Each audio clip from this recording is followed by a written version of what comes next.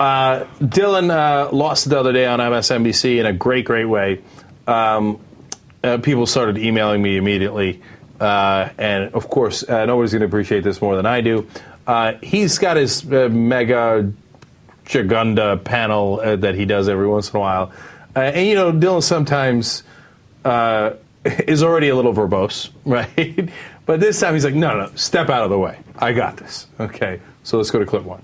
I'm saying we've got a real problem, and I'm tired of Republicans and Democrats who either want Republicans who want to burn the place to the ground, and Democrats, with all due respect, who want to offer a plan that gets it through their end of their second term of their presidency, and then screws me and my kids when it's over. And until we do that, we have to deal with the extraction that is at foot. It is the reason the financial markets are behaving the way they're behaving. That is a mathematical fact. This is not some opinion. This is a mathematical fact.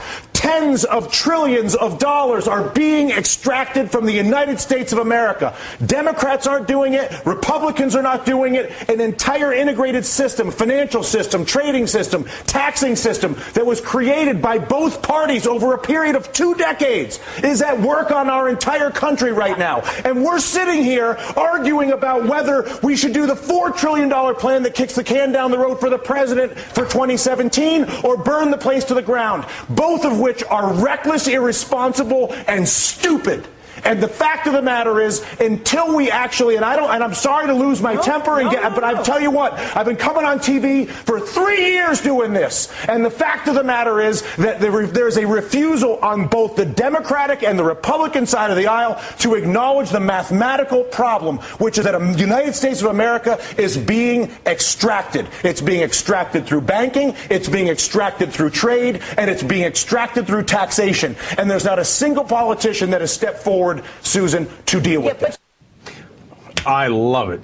You go get him, Dylan. Go get him. Look, you know that you don't know this. I know this. Dylan left CNBC because he was so pissed at what the banks were doing and what he refers to as extraction there, where they're just sucking the money out of the system, trillions at a time. And he's knee-deep in it. He created half of the shows on CNBC. Nobody knows the system better than he does. And he's saying, look at this. They are walking away with trillions of dollars. This is the biggest heist of all time. It's going from the American people to them, and then they're taking in their yachts, etc. And CNBC was like, whoa, cool it, okay? That's not what we do here. What we do here is tell everybody how great corporations and the Fortune 500 and the banks are. Right? So he left, and he went to go tell the story on MSNBC, and that's what he means by, I've been here for 3 years. And he's in a different sphere. The Democrats and Republicans come on his show to play patty cakes, right? They're like, oh, but it's your fault on the debt ceiling, and it's this and that and stuff. And he's like, you're missing the whole point. Yes, okay, you can argue over it should have been $2 trillion or $4 trillion. Is it the president's fault or the Republicans' fault? But what's happening is tens of trillions is walking out they're walking out the back door, right? And so the interesting thing about Dylan is that some people look at him and go, well, that guy's a conservative, right? Really? Yeah. But that's good. I think that's a good thing. You know, and they say, oh, you know, he thinks the American people are being robbed. He's right. And a lot of conservatives think that too. And he's trying to explain to them, whether you're conservative or liberal, that's what the real problem is. The power structure is robbing you blind. He's coming from the very heart of the machine that does that robbery. But, you know, and in that rest of that panel, and we're going to got more clips for you, but those Karen Finney and the Republican there, they go back to their talking points. The Republican drives me crazy. I watched the whole thing. She's like, yeah, that's such a good point, Dylan. You see how it's President Obama's fault. And he's like, yeah, it is if you say, hey, he is enabling the system by helping Wall Street rob us. But that's not what the Republican lady says. Right, of course. You know? So let's give you more. Okay, physically, what do? You go and give a speech right now. Right now. Right now. You say, and then what happens tomorrow? Tomorrow, what happens is you begin the process of actually investing in solving the problem. So I come out and I say, how? I create an infrastructure bank with 2% blending immediately. Once I explain to people the problem, once I explain to you have cancer, once you understand how screwed up your trade, tax, and banking policies are, believe me, you will have no issue when I incorporate an infrastructure bank that I fund fund with repatriated offshore money that I bring in and then use to create 2% direct lending to every business in America, because when you realize that the banking system is fully corrupt and defrauding us, and I come out and say that, which is what I want my president to do, that at that exact moment I say, you know what, we got a screwed up situation here, people. You all know it, and now what? I'm going to admit it. And as a result, not only have I admitted it, but we're going to begin the process of solving it like grown-ups. They did it in World War II. They did it after the Civil War. They did it in Latin America with the Brady bonds. We are not seeing it happen now. The panel stays a little more emotional than I anticipated getting at work this afternoon, but what am I going to do? So, once again, 100% right. Look, let me explain a little bit more detail what he means. So, for example, right now, the large banks are getting money from the Fed at nearly 0% interest rate. Bernanke came out yesterday and said, we will continue that for 2 more years, okay? And then they turn around and they do things like buy Treasury bonds at around 3%, right? Sometimes they were buying it at 4%, or loaning it back to the Treasury, right? So they're just taking money. If you take $1 billion and you get it at 0% from the government, and then you loan it back to the government at 3%, you just made 3%. I mean, let me do some quick math. What is that, $30 million?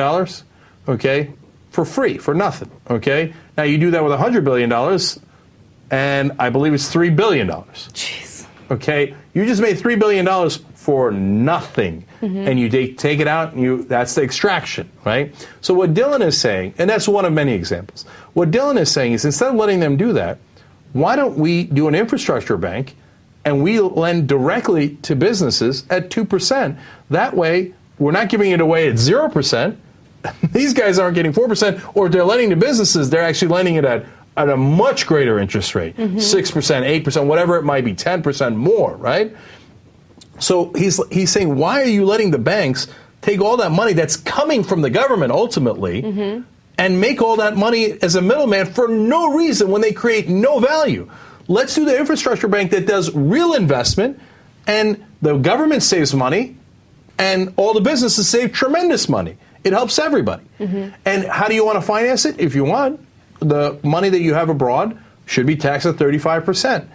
So instead of giving you a tax holiday, which is what our government wants to do now, and both Democrats and Republicans want to do it at 5%, Matt Taibbi's ripping whatever hair he has left out of his head, you know, I go, why aren't people mad about this? Ratigan, as you can tell, is also doing the same thing.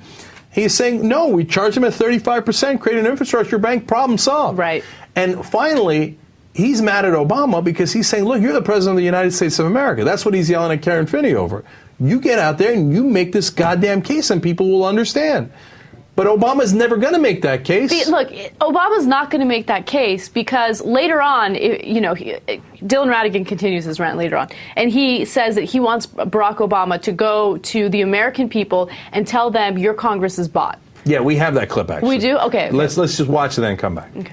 What would you like him to do? I would like him to go to the people of the United States of America and say, people of the United States of America, your Congress is bought. Your Congress is incapable of making legislation on health care, banking, trade, or taxes, because if they do it, they will lose their political funding and they won't do it. But I'm the President of the United States, and I won't have a country that is run by a bought Congress. So I'm not going to work with a bought Congress and try to be Mr. Big Guy. I'm working with the bought Congress. I'm going to abandon the bought Congress like Teddy Roosevelt did, and I'm going to go to the people of the United States and I'm going to say, you've got a bought Congress. And until we get rid of the bought Congress, which is Jimmy Williams' constant point, which is get the money out of politics, and until a president says that's the problem and says he's going to fix it, there is no policy that I can possibly see, no matter how brilliant your idea may be, or your idea, or my idea, or her idea, or your idea at home, is that idea will not happen as long as there's the capacity to basically fire a politician who disagrees with me by taking funding away from him. Is that a fair assessment? Okay, before I get to the substance, my favorite part of the video, aside from Dylan Ratigan's rant, is the facial expressions that guy makes throughout the entire thing. Like, the entire time he's like... like, he's just so uncomfortable, which I could totally understand. But look, in order for Barack Obama to go to the American people and say, your Congress is bought, you need to make sure that Barack Obama isn't bought, and he's bought. Every Everything in this country at this point is bought, okay? Everything. The Koch brothers are buying higher education. Everything is bought. Barack Obama is trying to raise $1 billion. Now, how is he going to raise $1 billion? Now, remember, last time when he broke records raising money, everybody said small donations. That wasn't true, or certainly wasn't largely true. Over 70% of Barack Obama's donations did not come from small donors. It came from large corporate and wealthy donors, 70%. This time, it's going to be even more because, one, it's more money, so you need, you're going to need the corporate and the larger donors more. Mm-hmm. Two, the small donors aren't nearly as energized anymore because he didn't deliver for them. He delivered for the large donors, mm-hmm. right? So how is he going to raise all that money if he does what Dylan Ratigan suggests and says, I'm coming to burn your house down, and I'm actually going to represent the American people? And second of all, even if he had that inclination, let's say he gets reelected and thinks, all right, I don't give a damn about anything else anymore, mm-hmm. right? And I don't need to get reelection. Now, the thing everybody thinks is, oh, you get a second term and then the president can do whatever he wants. Nonsense. They always pressure the president to still fight for his party. Oh, don't do that, Mr. President. That'll hurt Democrats, and we won't be able to elect as many Democrats in the next midterm elections. We won't be able to elect the next Democratic president. We won't be able to elect more Democrats in the next election. That's always what they do, and always the presidents play ball. Mm-hmm. They never let it go in the second term. Never, okay? So that's a false hope. But even if he were to do that, it's not in Obama's nature. If he's, okay, I'm not bought anymore, I don't care, I already won the second election. Yeah, can you imagine him going to the American people and throwing the Congress under the bus? No way. Inconceivable. It is the most inconceivable thing I have ever heard, right? That Obama would come out and do a speech. Let's say he does State of the Union. He says, the applause, blah, blah, blah. He comes out and he says, now I'd like to tell the American people, all these some of my bitches here are bought. That would be the greatest speech of all time.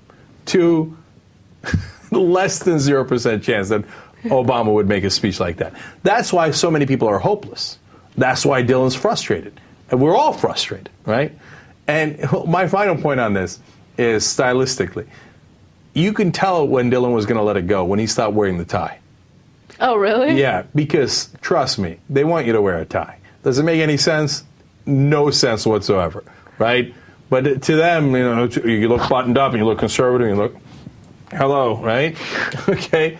And when Dylan was like, let me see if Did he used to wear a tie? Yeah, he used to wear a tie all the time until a couple of months ago. And lately he's like, yeah. And Dylan said, end of this. Okay, threw the tie away. And that's when I knew, I was like, he's coming. I like that. Right? So, by the way, tick-tock, tick-tock. Okay, keeping it real, right? But anyway, that was